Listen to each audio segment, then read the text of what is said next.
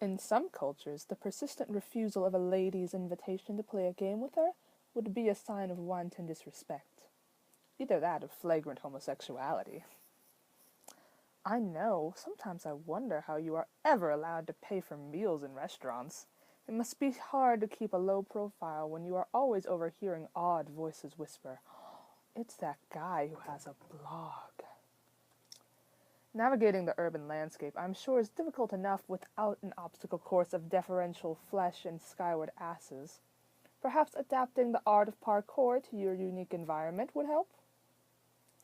Heavy is the crown. Breathtaking magnanimity.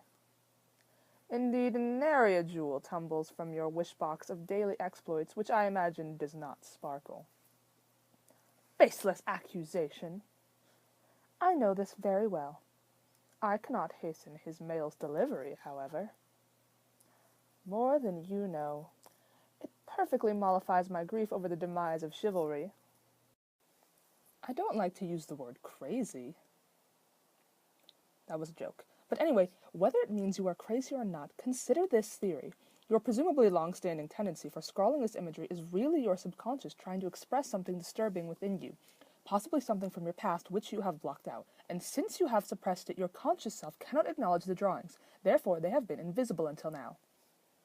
Perhaps because you have seen evidence that conflicts with the worldview your subconscious has constructed to obfuscate the truth, that your dad is not necessarily the clown-loving maniac you thought he was.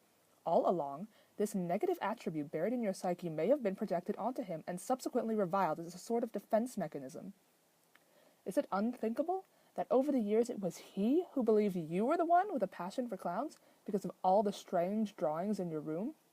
A father then embraces a son's hobby to establish a stronger bond. Or wages a campaign of passive-aggressive mockery of your interests. Either is plausible. I don't know your dad that well. I should have gone looking for her. Why didn't I? John was 2, but he went to look for his father. It would have been normal of me. I can't remember what I was trying to prove anymore. For some reason, despite all the danger, I never thought she was in any trouble. I never believed she would actually die.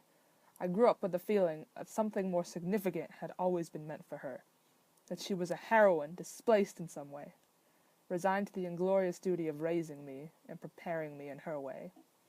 I didn't actually need the ectobiological verification that she was like a mother and a sister at the same time. I always understood that somehow. And I felt she had a knowledge and ability beyond what she let on. It was always intimidating, but nonetheless a source of respect which was childishly begrudging on my part. I think she was just waiting for me to catch up with her. And now I can't. Probably because my emotions have now ceded to anger. This shouldn't have happened.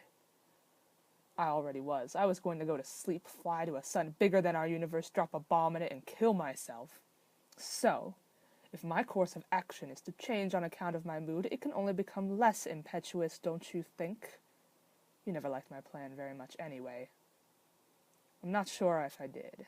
Maybe it was a terrible plan. I made it without full understanding of the nature of the scratch.